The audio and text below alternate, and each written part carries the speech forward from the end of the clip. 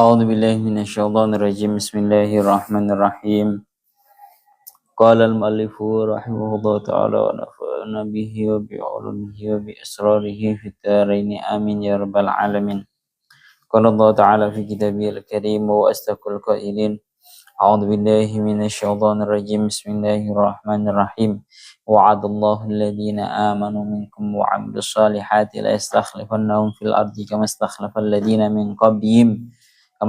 الذين من قبلهم ولا يمكنن لهم دينهم الذي ارتضى لهم ولا يبدلنهم من بعد خوفهم أمنا يعبدونني لا يشركون بي شيئا ومن كفر بعد ذلك فأولئك هم الفاسقون.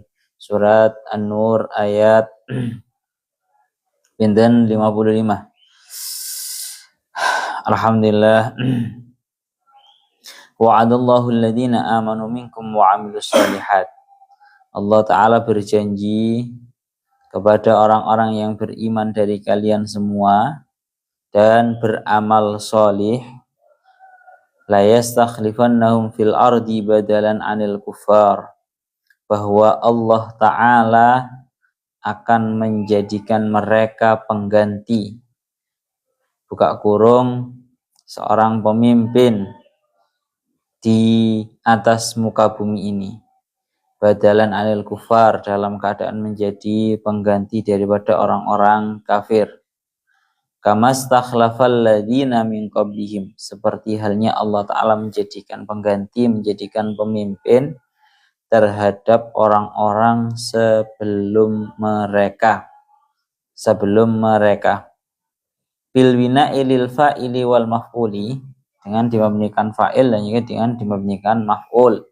Berarti kamastakhlafa, kalau kamastakhlafa berarti fa'ilnya adalah Allah, atau kamastukhlifa. Terus harakatnya kamastukhlifa mabni maf'ul, seperti diangkat menjadi pengganti atau menjadi pemimpin orang-orang yang sebelumnya mereka. Jadi kalau dimabnikan maf'ul berarti statusnya alladzina ini menjadi fa'il, ya, mim bani Israila badalan anil jababirah, seperti halnya Allah Ta'ala menjadikan pengganti, menjadikan pemimpin orang-orang yang sebelum mereka, yakni dari golongannya orang-orang Bani Israel, menjadi pengganti dari kaum Jababirah, kaum yang memiliki sifat terlalu meseso. Ya Allah ya Rabbihu ya Karim, wala yumakkinanna lahum dinahumul ladzi irtadha lahum, dan sungguh Allah Ta'ala akan menjadikan tampak untuk mereka agama mereka yang sudah Allah Ta'ala ridhoi untuk mereka semua. Wa huwa al-Islam, yaitu Islam, bi ayyudhirahu ala jami'il adyan, dengan gambaran Allah Ta'ala pasti akan menampakkan agama Islam ini di atas seluruh agama. Wa yuwassi'alahum fil biladi fayamlikuha, dan Allah Ta'ala akan memperluas agama Islam ini di atas muka bumi ini, di dalam banyak negara, fayamlikuha, sehingga para muslimin bisa memiliki terhadap negara-negara Islam. Wala yubaddilannahum min ba'di khaufihim amna, dan sungguh Allah Ta'ala akan mengganti untuk mereka semua dari perasaan takutnya mereka menjadi rasa aman, rasa sentosa, rasa damai. Ya, wala yubaddilannahum ini bisa bitakhfifi wa tasydidi. Kalau bitasydid wala yubaddilannahum, kalau bitakhfif berarti wala yubaddilanhum, itu ya. Nunggu ya, takhfif.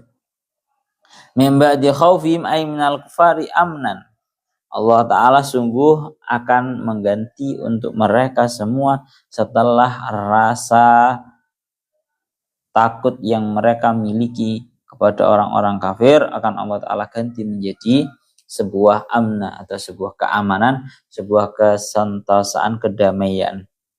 Waqad anjazallahu wa'dahu lahum bima dzukir wa asna 'alaihim biqaulihi ya'budunani la yusyrikuna bi syai'a. Dan sungguh Allah Ta'ala benar-benar telah merealisasikan terhadap janjinya untuk mereka dengan janji-janji yang sudah disebutkan tadi. Itu sudah direalisasikan oleh Allah. Wasna alaihim, dan Allah Ta'ala itu memuji terhadap mereka, orang-orang yang beriman dan beramal solih, dengan daunnya Allah, ya'budunani. Mereka orang-orang yang beriman dan beramal solih itu menyembah kepadaku dalam keadaan tidak menyekutukan kepadaku sama sekali. Tidak menyekutukan kepadaku sesuatu apapun. Huwa musta'nafun, ya'budunan itu merupakan kalam yang musta'naf, kalam yang menjadi permulaan kalam yang sifatnya fi hukmi ta'lil, yang menjadi berada di dalam alasan, menjadi hukum. Secara hukum itu menjadi sebuah alasan. Yakni seperti yang dalam kitab Sawinya sampean bisa lihat, kenapa kok mereka orang-orang yang beriman dan beramal soleh itu pantas mendapatkan hal tersebut? Yakni mereka dijadikan pemimpin oleh Allah. Mereka dijadikan agamanya itu merupakan agama yang tampak, agama yang unggul di atas seluruh agama.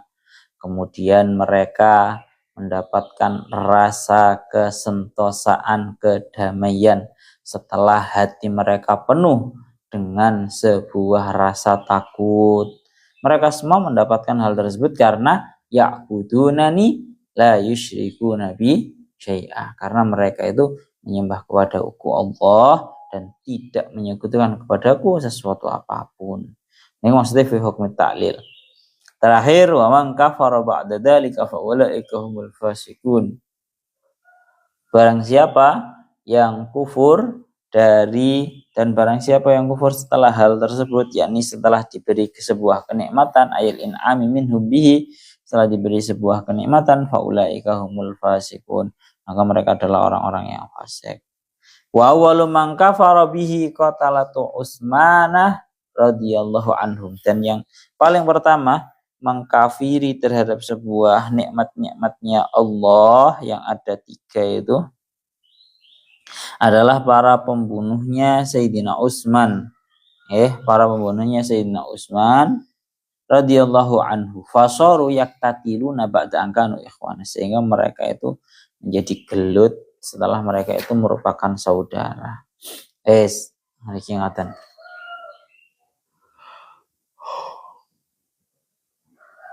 Ya Allah ya Rabbi ya Karim. Asing ini Pak, ngantuk ini ya.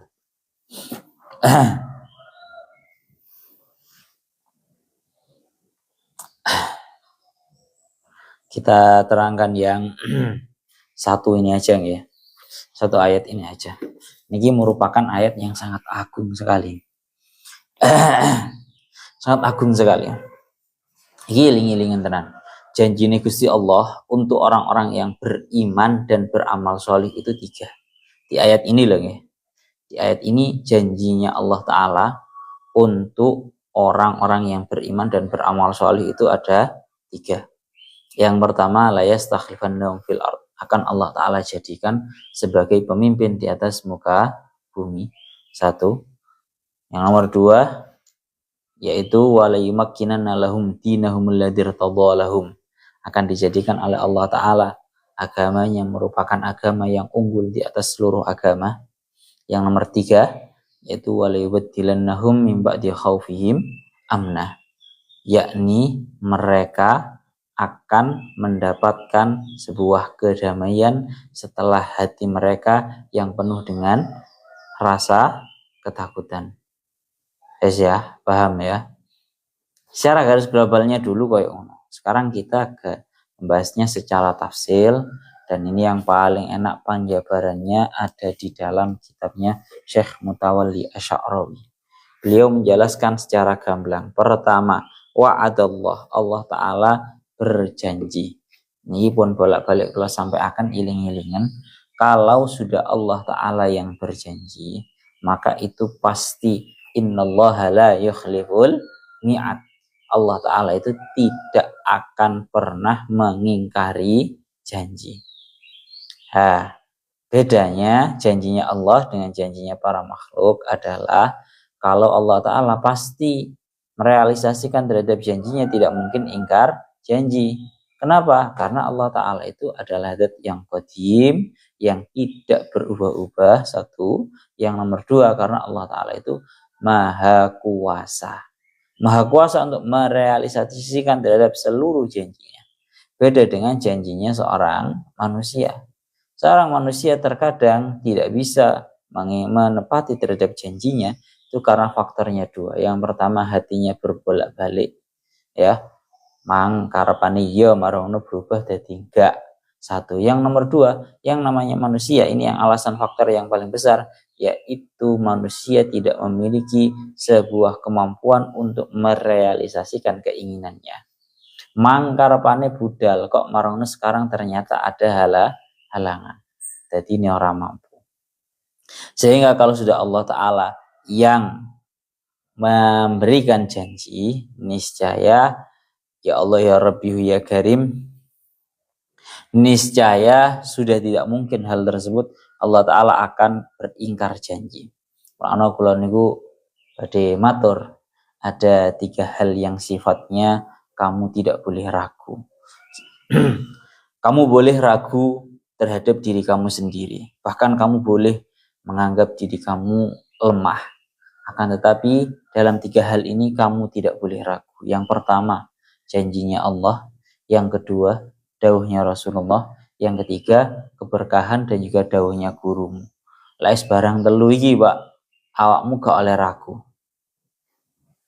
Mulane balik maneh, niki sekali lagi wa'adallah, janjinya Allah. Innallaha la yukhliful mi'ad. Allah Ta'ala tidak akan pernah ingkar janji. Satu itu, wa'adallahu alladhina amanu wa amilus shalihat. Allah Ta'ala berjanji untuk orang-orang yang beriman dan juga orang-orang yang beramal sholih. Apa itu? Ya, ini sudah dibahas bahwa yang pertama orang-orang yang beriman, yakni orang-orang yang beriman terhadap Allah Ta'ala, mengesahkan terhadap Allah dan beriman terhadap Rasulullah dan beramal sholih. Dan beramal sholih. Dari sini para ulama menyimpulkan bahwa antara iman dan juga amal sholih itu merupakan sebuah hal yang berbeda.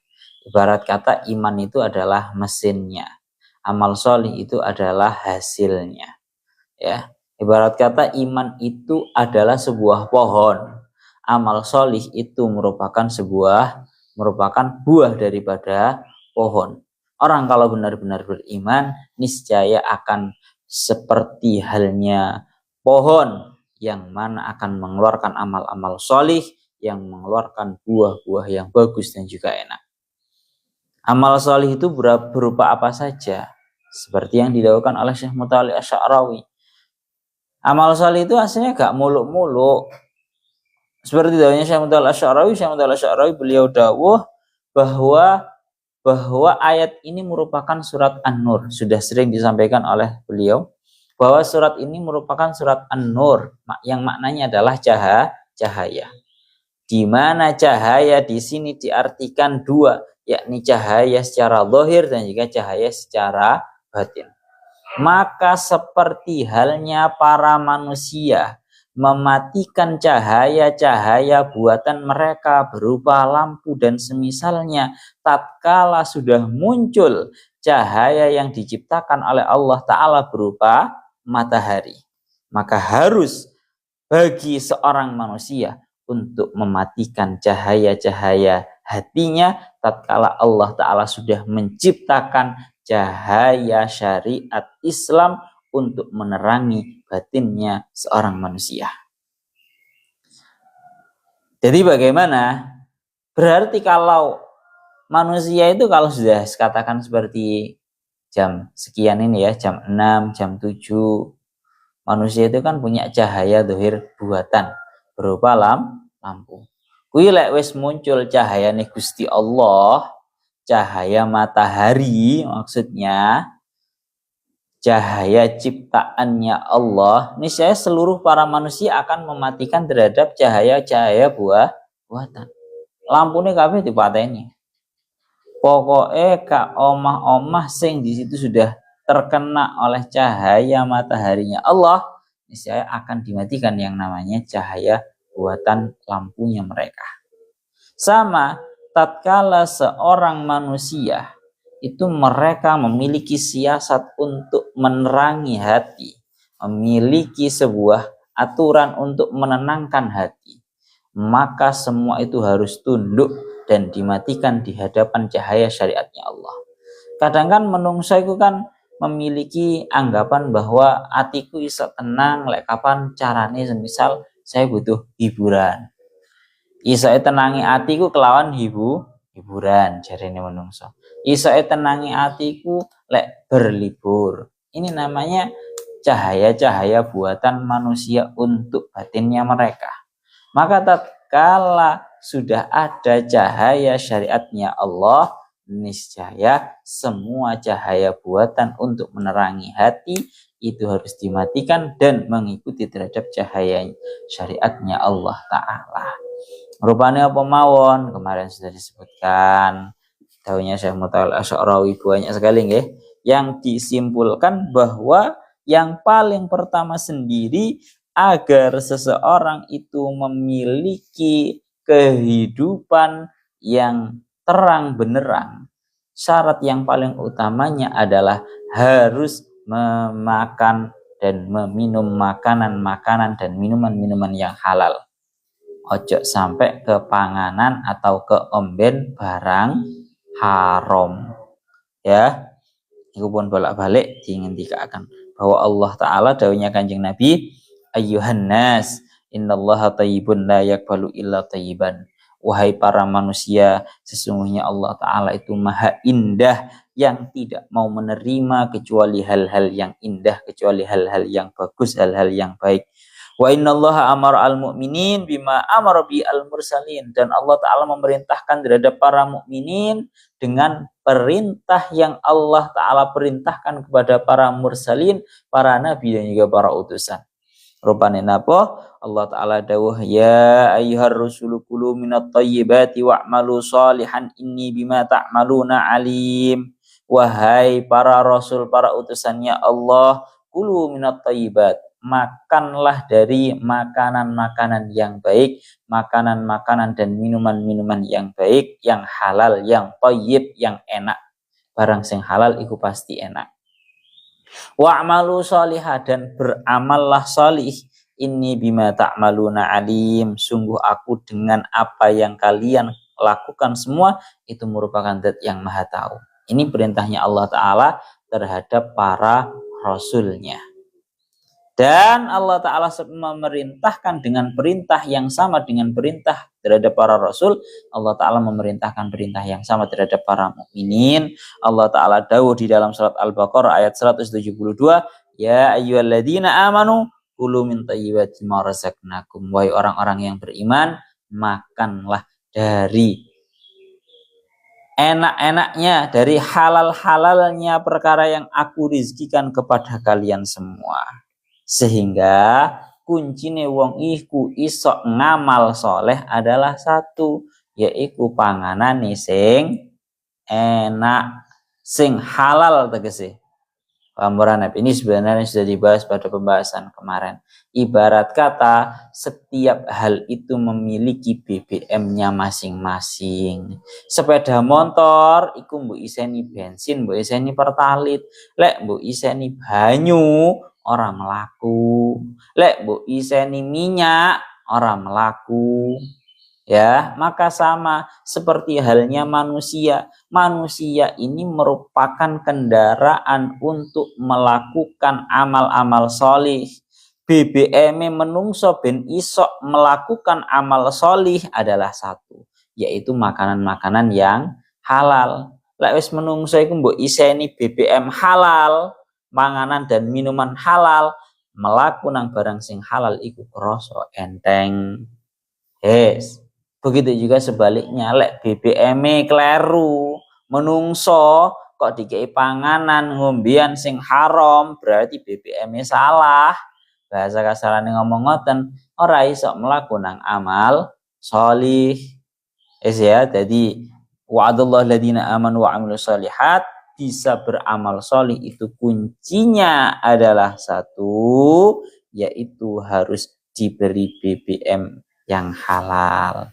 Karena sampai Kanjeng Nabi dawuh, lek BBM ora halal, tegese BBM haram, itu bahaya bagi seseorang, dia tidak akan diijabah doanya.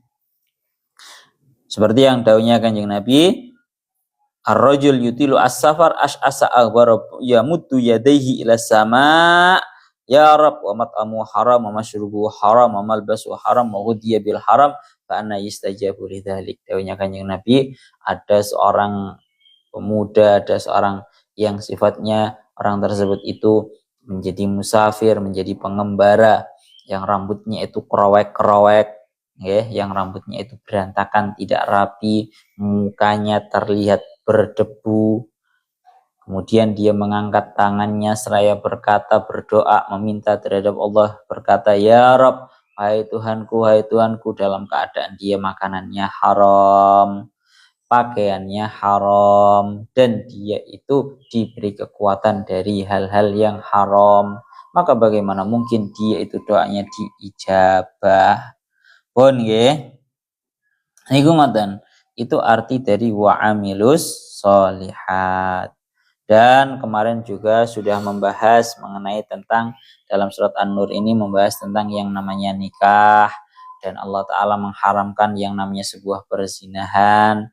Itu tujuannya juga dalam rangkanya adalah amal solih, yang mana dengan perintah-perintah tersebut Allah Ta'ala ingin menjaga kelestarian, keselamatan al-mujtama', ya, orang-orang yang berada di atas muka bumi ini, dan keselamatan khilafah, keselamatannya status pengganti di atas muka bumi ini. Pun itu secara globalnya ngoten. Tengeriki dawuhnya Syekh Mutawalli Asy'arawi, janjinya Allah Ta'ala, kita mulai membahas la yastakhlifannahum, nggih. Wa'adallahu alladziina aamanu minkum wa 'amilus sholihati la yastakhlifannahum fil ardh. Bahwa Allah Ta'ala akan menjadikan mereka orang-orang yang beriman dan beramal solih sebagai pemimpin di atas muka bumi ini, penggantinya Allah. Jadi manungsa iki statusnya adalah khalifatullahi fil ardh, penggantinya Allah di muka bumi. Artinya tugasnya manusia di atas muka bumi ini adalah merawatnya, merawat dengan berbagai perawatan yang zahir dan juga yang batin. Yang zahir berupa tidak merusak, menjaga ekosistem alam. Yang batin itu dengan cara tidak melakukan tindakan kekufuran, kemusyrikan, dan tindakan maksiat.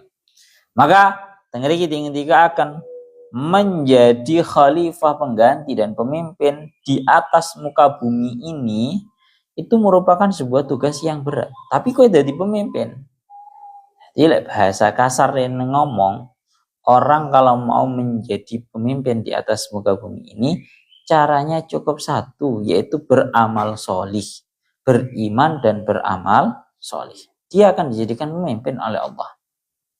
La yastakhlifannahum fil ardh, akan dijadikan oleh Allah sebagai pemimpin di atas muka bumi ini. Cuma yang namanya menjadi pemimpin di atas muka bumi ini bukanlah hal yang ringan, bukanlah hal yang mudah. Karena nopo? Seperti yang kita ketahui, di dalam sejarahnya orang-orang yang beriman dan beramal soleh yang paling pertama sendiri adalah para sahabatnya Kanjeng Nabi. Kamu tahu apa yang terjadi, apa yang dilakukan, apa yang dialami oleh mereka para sahabatnya Kanjeng Nabi selaku orang-orang yang beriman dan beramal solih yang paling pertama dari umat ini. Yang ada adalah kaifakanu yu'adzabun wa yuttahadun. Mereka para sahabat di awal-awal perjuangannya Rasulullah, di awal-awal dakwahnya Rasulullah, para sahabat itu mendapatkan sebuah siksaan, mendapatkan sebuah kriminalisasi, dan tidak ada satupun yang mampu menolong terhadap para sahabat untuk menghadapi kriminalisasi yang dilakukan oleh orang-orang kafir terhadap mereka. Paham ora we, Pak? Jadi abot tenanan. Dulu ceritanya sahabatnya Kanjeng Nabi semuanya itu berhidup di dalam penindasan, disiksa, dan bahkan ada yang sampai meninggal atas penyiksaan tersebut karena mempertahankan terhadap iman. Hingga tidak satu pun dari orang yang bisa melindungi mereka dari penyiksaan dan penindasan tersebut. Sampai-sampai para sahabat itu terpaksa untuk hijrah ya menuju Habasyah dan juga menuju Madinah. Seperti yang dikatakan oleh Allah Ta'ala dalam surat Al-Ankabut ayat 2, ahasiban nasu ayyutraku ayyakulu amanna wa hum la yuftanun. Maka yang membawa terhadap masya'ilal hidayah atau lentera-lentera hidayah menuju dunia ini secara umum adalah para sahabat. Kamu tahu kan, yang menyebarkan agama Islam di seluruh perjajahan bumi ini adalah para sahabat. Kanjeng Nabi dakwah dumateng para sahabat yang mendakwahkan kepada seluruh anha'il alam, seluruh perjajahannya dunia. Karena para sahabat ini melakukan berkelana, melakukan perjalanan di atas muka bumi ini hingga jarak yang sangat jauh. Lah cuma ini dawuhnya Syekh Muhammad Al-Asy'ari. Orang itu sebelum dia berdakwah, pelajaran yang diambil daripada para sahabat loh. Dawuhnya Syekh Muhammad Al-Asy'ari, fala budda ayyurabbu hadhihi tarbiyata al-qasiyata. Maka wajib mereka itu dididik dengan didikan yang sangat keras. Jadi didikan yang dialami oleh para sahabat sebelum mereka itu diangkat untuk menjadi pemimpin yang sifatnya bisa berdakwah menyebarkan seluruh agama Islam adalah mereka mendapatkan penindasan, mendapatkan penyiksaan yang sangat hebat daripada orang-orang kafir. Dan mereka diuji wa ayyum tahanu kulla hadzal imtihan. Mereka diuji dengan ujian yang sangat berat. Dan dalam keadaan wahum ya'lamuna jayyidan samana hadhihi tadhiyah wa yang tadiruna sawabaha minallah. Dan mereka para sahabat itu tahu secara baik bahwa sesungguhnya pengorbanan ini pasti akan terbayarkan dengan pahala daripada Allah Ta'ala. Maka fa'ahlul haqqi yadfa'una zaman awalan. Maka yang ada orang-orang yang beriman, orang-orang yang ahlul haq, orang-orang yang bersungguh-sungguh, orang-orang yang benar, itu mereka memberikan terhadap bayarannya terlebih dahulu, memberikan pengorbanannya terlebih dahulu, yang kemudian mereka mendapatkan benda yang mereka korbankan itu tadi. Beda dengan orang-orang ahlul batil. Kalau orang-orang ahlul batil itu ya lo barangi enek dhisik marono baru bayar. Ya. Maka intinya seperti ini loh, ben paham. Intinya itu kayak ngeten. Bahwa ya Allah ya Rabbi ya Karim, orang-orang yang beriman dan juga beramal solih yang diangkat oleh Allah Ta'ala sebagai pemimpin di atas muka bumi ini terutama adalah para sahabat. Di mana para sahabat itu pengorbanannya juga sangat besar sekali. Sangat besar sekali. Rupanya itu tadi. Sampai-sampai mereka itu sebelum bisa berdakwah secara umum, mereka harus mendapatkan sebuah pengorbanan terlebih dahulu. Membayar pengorbanannya terlebih dahulu. Berupa mereka orang-orang yang beriman itu disiksa, ditindas, mengalami kriminalisasi daripada orang-orang kafir sampai mereka itu hijrah menuju Habasyah, hijrah menuju Madinah dalam keadaan tidak satu pun menolong terhadap mereka. Niku kados ngoten, mangkane dilanjutaken teng mriki. Ya Allah ya Rabbi ya Karim, wa'adallahu alladziina aamanu minkum wa 'amilus shalihat la yastakhlifannahum fil ardi kama stakhlafal ladzina min qablihim. Ngeri dawuhnya Syekh Muhammad Al-Asy'ari, maka diberi dijadikannya pengganti orang-orang yang beriman, ya dijadikan pemimpin, itu bukanlah hal yang baru. Dari zaman dahulu ceritanya itu memang seperti itu, Pak. Dalam tafsir Jalalainmu kan ingin dikatakan bahwa seperti halnya orang-orang sebelumnya orang-orang yang beriman, yakni dari golongannya orang-orang Bani Israel. Jadi kaum Bani Israel itu merupakan pengganti daripada kaum Jababirah, kaum-kaum yang terlalu meseso, ya, karena saking mesesane, karena saking dolime, kemudian datang kaum Bani Israel yang pada waktu itu kaum Bani Israel itu sangat nurut terhadap nabinya. Sebagian kaum Bani Israel itu sangat nurut terhadap nabinya, sehingga dijadikan oleh Allah sebagai pengganti, sebagai pemimpin. Maka ketika kok dunia ini berbalik lagi, banyak orang-orang yang masih bertindak yang seperti itu, bertindak buruk, maka orang-orang yang beriman dan beramal sholih lah yang dijadikan oleh Allah Ta'ala pemimpin dan juga diganti. Lah, tengah iki jangan dikaakan ngoten. Jadi sing nggarai tunduknya orang-orang di atas muka bumi ini terutama bukanlah sebuah kekuatan, bukan karena memiliki nuklir ataupun yang lainnya, tapi adalah iman dan juga amal soleh. Barusan saja kemarin saya mendapatkan cerita. Kemarin itu didawahkan ada 3 sosok yang sangat ditakuti oleh para penjajah di Malaysia. 3 sosok itu adalah orang-orang yang kebetulan tokoh ulama. Salah satunya adalah Syekh Nawawi Al-Bantani. Jadi Syekh Nawawi Al-Bantani termasuk daripada salah satu sosok ulama yang ditakuti oleh penjajah. Sampai-sampai ada salah seorang penjajah itu pura-pura menggunakan fashion muslim. Ya nggak kopiah, ya nggak sarung. Yang kemudian dia berangkat menuju Mekah karena pengen tahu terhadap sosoknya Syekh Imam Nawawi Al-Bantani. Kenapa kok Syekh Nawawi Al-Bantani ini kok sangat ditakuti oleh para penjajah? Ini saya penjajahnya moro nang Mekah, sowan nang Syekh Nawawi Al-Bantani.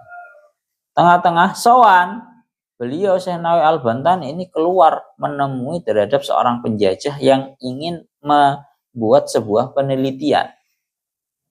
Cara ini penjajah yang jero atine ngene. Tak kira Syekh Nawawi Al-Bantani itu adalah sosok yang sangat gagah besar sehingga ditakuti oleh para penjajah. Ternyata orang Syekh Nawawi Al-Bantani itu adalah sosok yang penampilannya biasa, ya tidak gagah, bahkan cenderung posturnya Syekh Nawawi Al-Bantani itu kecil. Ya kayak orang Indonesia umumnya lah, orang gagah gede kayak orang Arab. Posturnya Syekh Nawawi Al-Bantani itu kecil, orang gagah, orang gede dhuwur mboten. Dari situ yang penjajah tersebut yang sowan itu kaget. Kok iso ada orang ya ora gagah ya beliau posturnya kecil seperti ini malah ditakuti oleh orang-orang penjajah. Ditakutinya karena beliau adalah seorang ulama. Jadi ini wa'adallahu alladziina aamanu minkum wa 'amilus sholihat. Dia akan dijadikan pemimpin oleh Allah itu syaratnya beriman dan juga beramal soleh. Tapi orang enteng, Pak. Jadi pemimpin itu orang enteng. Jadi secara eksplisit ini maknanya adalah untuk para sahabat. Terkhusus untuk para sahabat yang ada 4 yang menjadi khulafaur rasyidin. Mulanya disebut dengan khulafa. Khulafa itu jamak dari khalifah. Khalifah itu maknanya pemimpin. 4 khulafaur rasyidin. 4 pemimpinnya para muslimin sepeninggal Kanjeng Nabi. Yaitu yang paling pertama Sayyidina Abu Bakar. Yang kedua Sayyidina Umar. Yang ketiga Sayyidina Utsman. Yang ketiga Sayyidina Ali. Yang mana ini estafet kekhalifahan akan senantiasa terus dilanjutkan oleh orang-orang yang beriman dan juga beramal sholih. Dalam hal ini adalah para wali. Dalam hal ini adalah kalau zaman kita adalah para kiai. Deloken Pak para kiai sing ahli beriman dan juga ahli dalam beramal solih. Bagaimana beliau melanjutkan status kekhalifahan fil ard sebagai pemimpin di atas muka bumi ini. Beliau itu menjadi pemimpin yang mendidik terhadap para santrinya, para muridnya, para jamaahnya, para masyarakatnya. Ini yang memegang adalah nopo para kiai, dan seluruh orang-orang yang beriman dan juga beramal soleh. Pun, tapi yo ngono mang melakno. Menjadi pemimpin itu sebuah hal yang sifatnya itu tidak mudah. Pengorbanan harus dibayarkan terlebih dahulu, baru kemudian kamu akan mendapatkan buah dari pengorbanan tersebut. Seperti halnya para sahabat yang menyerahkan pengorbanannya terlebih dahulu berupa mereka ditindas, disiksa, dikriminalisasi oleh orang-orang kafir hingga tidak satu pun yang mampu membela, melindungi terhadap para sahabat, hingga terpaksalah para sahabat untuk melaksanakan hijrah menuju Habasyah, hijrah menuju Madinah. Setelah pengorbanan tersebut baru kemudian niki loh, saking besarnya pengorbanan para sahabat di awal-awal perjuangannya Islam, tengeriki tinggi akan hatta inna Rasulullah sallallahu alaihi wasallam hina ma qadima al-Madinata fi jam'in min sahabatihi istaqbalahu al-ansar bil hafawah wahtadanuhu haula'il muhajirin wa fa'alu ma'amnuhu dajannal isar laisa lahu masilan fi tarikhil basyariyah. Ngeriki tinggal akan tatkala Kanjeng Nabi dan juga seluruh para sahabat kaum muhajirin itu berpindah kepada Madinah, maka disambut hangat oleh para sahabat Ansor, disambut dengan cara sampai dipeluk oleh para sahabat Ansor, dan bahkan terjadi sejarah numudaj atau sebuah manhaj yang sifatnya itu isar, mendahulukan terhadap orang lain, yang sifatnya tidak pernah terjadi di dalam sejarah kemanusiaan, yaitu Kanjeng Nabi mampu mempersaudarakan antara kaum muhajirin dan juga kaum ansor, yang mana yang paling bahasanya ada isar itu napa nggih istilahnya berbagi harta, bahkan tengeriki tinggi akan bahkan sampai wahwal hunaka isaron a'dhamu min ayyu aridal ansari zaujatihi alal muhajir yaqul ikhtar ihdahuma utalliqha laka ila hadi darajah fa'ala al iman bi nufusil ansor. Tengeriki tinggi akan bahwa belum pernah terjadi di dalam sejarah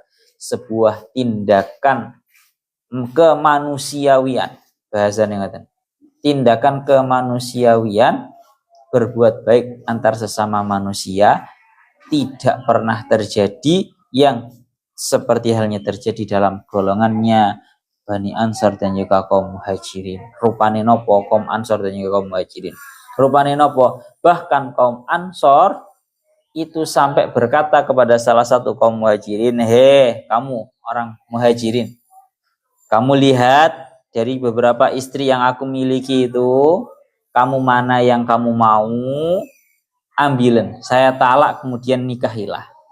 Dan bahkan kaum Ansor itu sampai ngekei setengah hartanya kepada kaum muhajirin.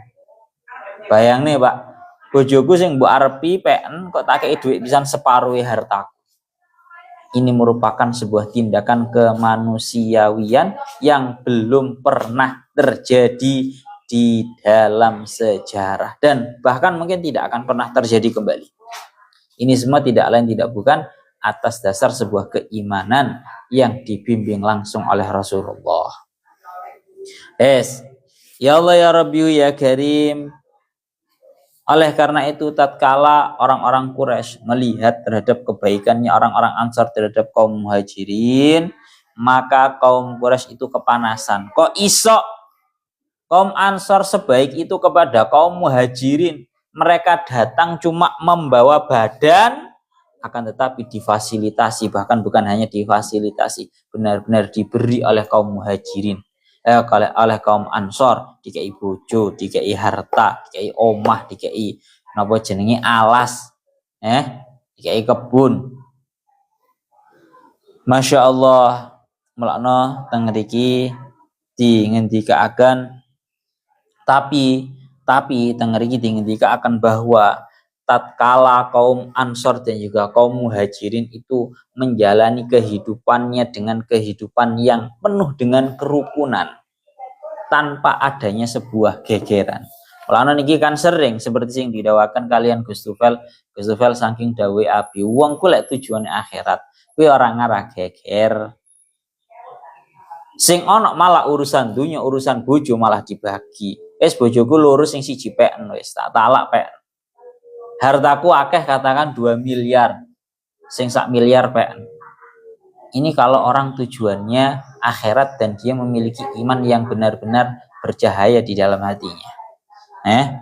Oleh karena itu, karena melihat kaum Ansor dan juga kaum Muhajirin yang hidup damai dan tidak kurang suatu apa, akhirnya nopo mereka melihat ini sebuah hal yang harus diberantas cara jarene wong-wong kafir Quraisy ngomongnya koyok ngoten. Bahasane beliau tawaqqadu naran kaifa ya'ishu al-muhajiruna fil Madinah hadil aisha al-haniyah wa taksilu jami'an didahadatin liyadribu an qausin wahidatin wa ta'amaru 'alal qudwah liyaqdu 'ala hadatin al-walid alladhi yushkilu a'dhamal khatari 'alaihim. Orang kafir Quraisy tidak menjadi diam melihat kehidupan indah antara kaum Muhajirin dan juga kaum Ansor. Orang kafir Quraisy berniat ingin untuk memberesi. Piye carane wong Islam uripe ora penak, ora damai. Akhirnya nopo? Hatta innal amra qad balagha bil muhajirin wal ansor annahum la yabituna illa bisilah. Kaum Muhajirin, kaum Ansor itu lek dalu. Iki ora isok turu kecuali dalam keadaan di sampingnya atau bahkan di tangannya itu membawa pedang.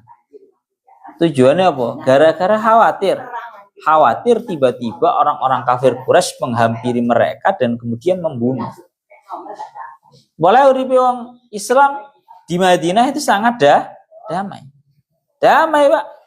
Sing urung duwe duit dikei duit, sing gurung duwe kebun dikei kebun, sing gurung duwe bojo dikei bojo, maksudnya dibagi bojo sama orang-orang Muhajirin. Damai pol, tapi dengan kedamaian yang dimiliki orang-orang kafir itu dengan kedamaian yang terjadi di antara kaum Muhajirin ya kaum Ansar itu justru membuat orang-orang kafir semakin panas. Cara bahasa Islam jangkrik. Mari diusir teko Mekah, ditindas, disiksa, dikriminalisasi, pindah nang Madinah uripe kok malah penak wong-wong Muhajirin, wong Islam iku. Ngaplek. Atine wong kafir ora penak, Pak. Atine wong kafir malah panas.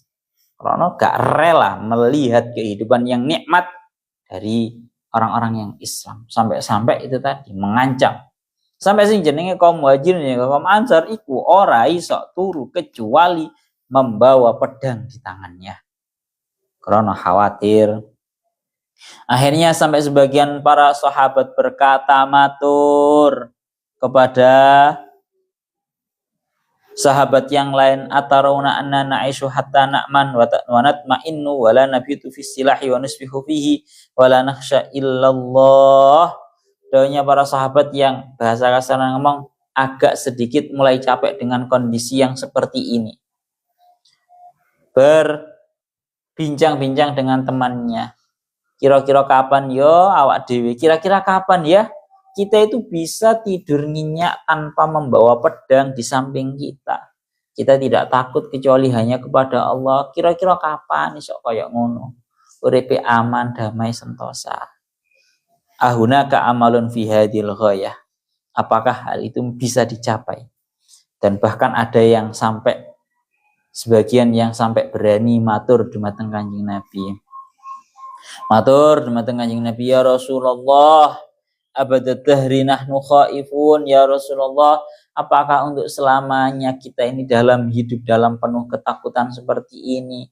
Tidak bisa tidur kecuali dengan membawa pedang, tidak bangun kecuali dalam keadaan pedang masih berada di tangan. Maka halayatina yaumun nadau fihi asilaha wa nabitu aminin. Ya Rasulullah, kira-kira mungkin boten terjadi atau ada sebuah kesempatan hari di mana kita bisa meletakkan pedang-pedang dan senjata-senjata kita sehingga kita bisa tidur dalam keadaan aman, tenang, damai, sentosa. Maka Rasulullah berkata, fayaqulun Nabi sallallahu alaihi wasallam bilisanil wasik man min wa'ti rabbih wa laysa kalaman qad yukadzabu fi ma ba'du la tasbiruna illa yasira. Kalian semua tidak akan bersabar kecuali di dalam waktu yang sangat sebentar. Gampangane ngomong, sabaro dilu ya. Napa sabaro dilu hatta yajlisar rajul minkum fil mala'il azim muhtabiyan laysat fi hadidatun. Hingga akan datang waktu di mana setiap orang, setiap manusia itu bisa duduk dengan dalam keadaan duduk yang menggunakan ihtiba. Lungguh asan-asan sing biasanya lek wong Arab ono gawe ngene lho Pak. Dalam keadaan dia tidak membawa besi satupun, tidak membawa pedang, tidak membawa senjata satupun. Inilah arti daripada Allah Ta'ala yang mriki dikatakan, ya Allah ya Rabbi ya Karim la yastakhlifannahum fil ardi kama stakhlafal ladina min qablihim wa la yumakkinanna lahum dinahum alladzi irtadha lahum. Ya. Dan Allah Ta'ala akan menampakkan untuk mereka agama mereka yang Allah Ta'ala ridhoi untuk mereka. Artinya bagaimana? Agama Islam ini akan benar-benar dijadikan oleh Allah Ta'ala sebagai agama yang unggul di atas agama yang lain. Ana teng mriki bahwa al-Islam bi ayyudhiru ala jamil adyan.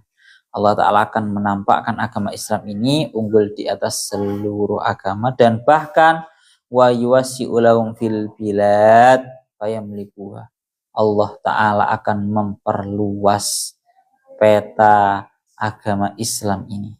Ya, kalau dari zaman dahulu Kanjeng Nabi berdakwah cuma di Mekah.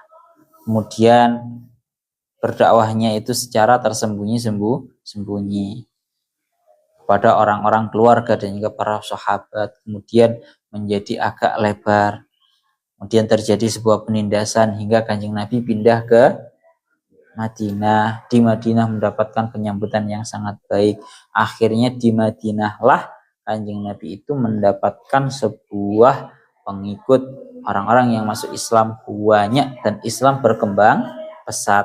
Hingga akhirnya Kanjeng Nabi kembali ke Mekah dalam keadaan tidak melakukan apapun, kekerasan apapun sekalipun dalam kondisi Kanjeng Nabi mampu untuk membalaskan segala bentuk penindasan, segala bentuk kekerasan yang pernah dilakukan oleh orang kafir kepada baginda Nabi dan juga para sahabatnya.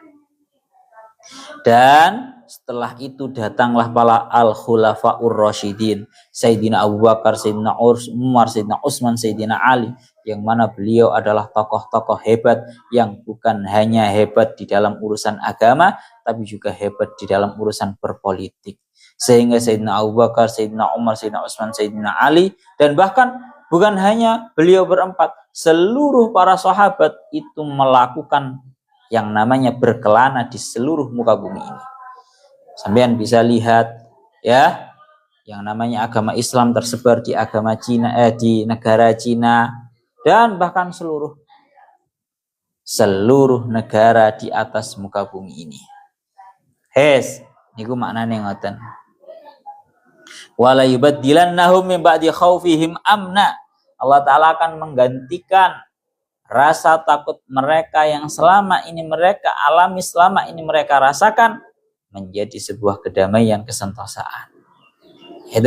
Itu arti daripada yang didakwakan oleh Syekh Mutawalli Asy'arawi tadi, bahwa dulunya orang-orang Kaum muhajirin itu walaupun hidup dengan kehidupan yang enak di dalam Madinah, tapi tidak aman, tidak sentosa, hidup masih dalam keadaan tidur itu membawa perang, membawa senjata. Akhirnya Allah Ta'ala sudah memberikan berjanji, memberikan sebuah janji, kamu yang selama ini mengalami rasa takut, kamu jangan takut, kamu nanti akan pasti mendapatkan kedamaian dan juga kesentosaan. Sama seperti halnya orang-orang yang beriman dan juga beramal solih, ketika senantiasa mengalami rasa takut, pasti datang di mana waktu akan mengatakan kamu sedang berada di dalam zona aman, zona damai, wes kamu gak akan takut lagi. Karena memang pada hakikatnya orang-orang yang beriman ini akan selalu diuji oleh Allah. Dalam daunya Allah Ta'ala, وَلَنَبْلُوَنَّكُمْ بِشَيْءٍ مِنَ الْخَوْفِ وَالْجُوعِ وَنَقْصٍ مِنَ الْأَمْوَالِ وَالْأَنْفُسِ وَالثَّمَرَاتِ وَبَشِّرِ الصَّابِرِينَ. Dan sungguh aku akan menguji kalian semua dengan suatu perkara yang sedikit dari rasa takut, rasa lapar, rasa ya Allah ya Rabbi ya Karim kekurangan harta. Wabasyiris sabirin, berilah kabar gembira berupa kepada orang-orang yang bisa bersabar. Wes, sabar saontawis cara bahasane Kanjeng Nabi, la tasbiruna illa yasiro. Sabar saontawis.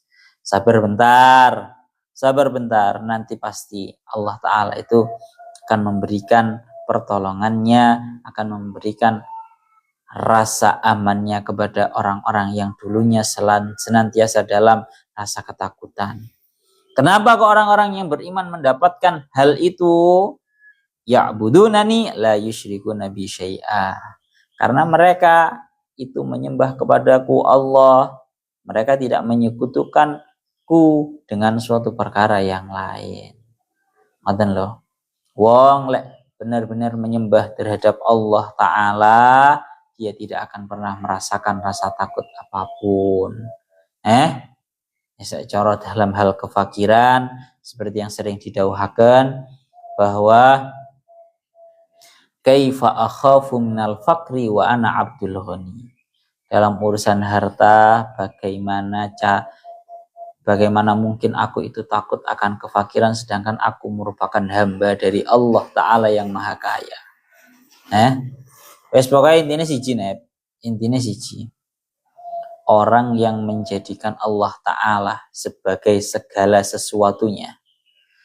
Allah Ta'ala dijadikan sebagai kekayaannya, Allah Ta'ala dijadikan sebagai sumber kekuatannya.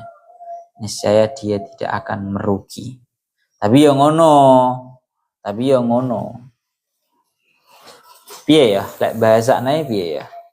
Bahwa sebuah rasa kaya kita, sebuah kekayaan yang dengan Allah Ta'ala itu beda dengan kekayaan dengan harta. Tegese wong lek kaya dengan harta kan karuan ketok aku sugih karena aku duwe duit sekian. Itu beda dengan orang yang kaya karena dia merasa bahwa dia itu punya Allah. Paham barang? Nanti kamu akan paham sendirilah. Pokoknya lek bahasa kasarane ngomong, orang-orang yang menjadikan Allah Ta'ala sebagai sumber kekayaannya, orang-orang yang menjadikan Allah Ta'ala sebagai sumber kekuatannya, itu seperti halnya cara perkataan Jawane iku sugih tanpa bondo. Marangono ya bahasa kasarane ngomong wani tanpa senjata. Itu kalau orang sudah berada di puncak bahwa dia itu menjadikan Allah sebagai sumber kekayaannya, menjadikan Allah Ta'ala sebagai sumber kekuatannya. Ceritanya banyak, nanti terlalu melebar. Terakhir, wa man kafara ba'da dzalika fa ulaika humul fasiqun, dan barang siapa yang kufur setelah diberi nikmat, maka mereka adalah orang-orang yang fasik. Dan orang yang pertama kali melakukan hal ini adalah orang-orang yang membunuh terhadap Sayyidina Utsman. Orang-orang yang membunuh terhadap Sayyidina Utsman itu merupakan orang-orang yang mengalami kufur terhadap nikmat, sehingga yang asalnya dulu adalah merupakan saudara, enak-enak Islam, damai, bersaudara, bareng-bareng, marah gara-gara mereka kufur terhadap nikmat, akhirnya mereka malah mengalami yang namanya kekufuran terhadap nikmat, sehingga mereka membunuh terhadap Sayyidina Utsman. Pun wa aqimus salata wa atuz zakata wa atiur rasul la'allakum turhamun. Surat An-Nur ayat 56. Ilahuna wallahu a'lam bishawab.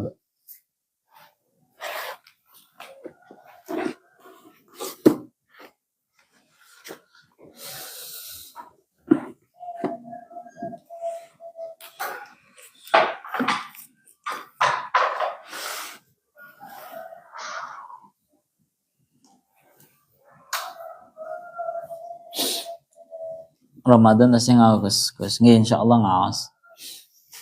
Kitabnya masih dipersiapkan, masih kita pilih. Mungkin nanti sore atau besok nanti Gus Wais bikin pamflet ngaji buat sore sekalian, biar bolo-bolo pesan kitabnya nanti biar dicetakkan segera dikirimkan, insyaallah gitu. Amin pun nggih, Bapak Menteri. Tafsir tas yang boten pun kantos mangke.